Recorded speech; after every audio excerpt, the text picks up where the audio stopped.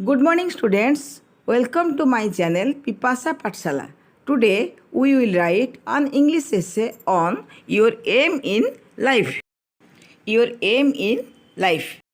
We all have some aims or goals which we want to achieve in our life. My aim is to be a good doctor and treat patients when I grow up in future. I always dream of doing something good for our society, and I believe that by serving mankind I can achieve my dream. There are many rural areas in Odisha where the people don't have any hospital or a doctor. People of such areas depend on the village quacks for their treatment. Such treatments many a times kill them instead of curing their diseases.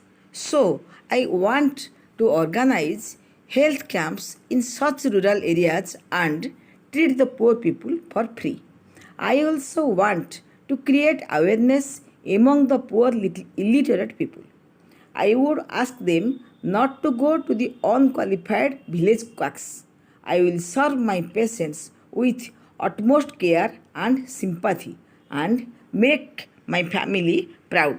This is all about the essay Your Aim in Life. Thank you.